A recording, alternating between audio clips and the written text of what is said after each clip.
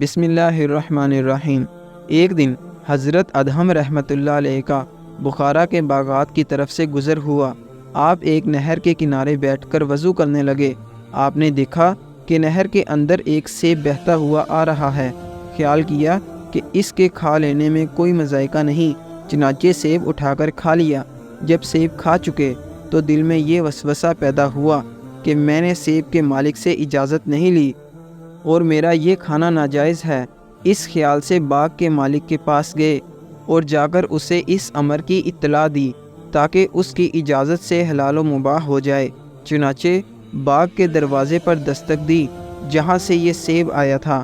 آواز سن کر ایک لڑکی باہر آئی۔ آپ نے اس سے کہا کہ میں باغ کے مالک سے ملنا چاہتا ہوں، اسے بھیج دیجئے۔ اس نے عرض کیا کہ وہ عورت ہے۔ آپ نے فرمایا کہ اچھا، اسے پوچھو کہ میں خود حاضر ہو جاؤں۔ چنانچہ اجازت مل گئی اور آپ اس خاتون کے پاس تشریف لے گئے اور سارا واقعہ اس کو سنایا۔ عورت نے جواب دیا کہ باغ کا نصف حصہ میرا ہے اور نصف سلطان کا ہے۔ میں نے اپنے حصے کا سیب معاف کر دیا اور سلطان یہاں نہیں ہیں، بلکہ تشریف لے گئے ہیں جو بخارا سے 10 دن کی مسافت پر ہے۔ چنانچہ اس نے سیب کا نصف حصہ تو آپ کو معاف کر دیا، اب باقی رہا دوسرا نصف حصہ۔ اب اسے معاف کروانے کے لیے بلخ تشریف لے گئے۔ جب وہاں پہنچے تو بادشاہ کی سواری جلوس کے ساتھ جا رہی تھی۔ اسی حالت میں آپ نے سارے واقعے کی بادشاہ کو خبر کر دی اور نصف حصہ سیب کے معاف کرانے پر طالب ہوئے۔ بادشاہ نے فرمایا اس وقت تو میں کچھ نہیں کہتا، کل میرے پاس تشریف لے آئیں، میں اس وقت کچھ کہہ دوں گا۔ بادشاہ کی ایک نہایت ہی خوبصورت حسین و جمیل بیٹی تھی اور بہت سے شہزادوں کی طرف سے پیغام نکاح اس کے لیے آ چکے تھے، لیکن اس شہزادی کا باپ یعنی بادشاہ انکار کر دیا کرتا تھا، کیونکہ بیٹی عبادت گزار اور نیک کاروں کو بہت پسند کرتی تھی۔ اس لیے اس کی یہ خواہش تھی کہ دنیا کے کسی مشہور زاہد سے ان کا نکاح ہو۔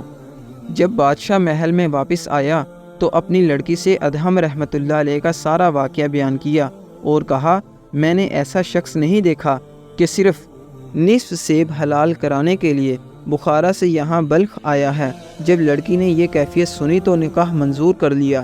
چنانچہ حضرت ادہم رحمۃ اللہ علیہ دوسرے دن بادشاہ کے پاس آیا تو بادشاہ نے ان سے کہا کہ جب تک آپ میری بیٹی کے ساتھ نکاح نہیں کریں گے آپ کو نصف سیب معاف نہیں کروں گا۔ حضرت ادہم رحمۃ اللہ علیہ نے کمال انکار کے بعد نکاح قبول کر لیا۔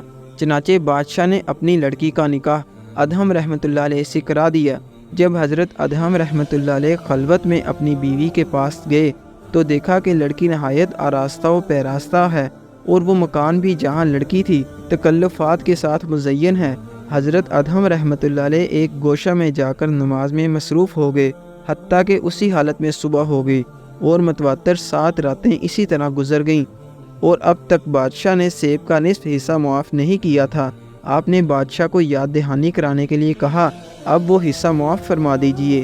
بادشاہ نے کہا کہ جب تک آپ کا میری لڑکی یعنی آپ کی بیوی کے ساتھ جمع کا اتفاق نہ ہوگا میں معاف نہیں کروں گا۔ آخر کار شب ہوئی اور حضرت ادہم رحمۃ اللہ علیہ بیوی کے پاس جمع پر مجبور ہوئے۔ اس کے بعد آپ نے غسل کیا اور نماز پڑھی، ایک چیخ ماری اور مصلے پر گر پڑے۔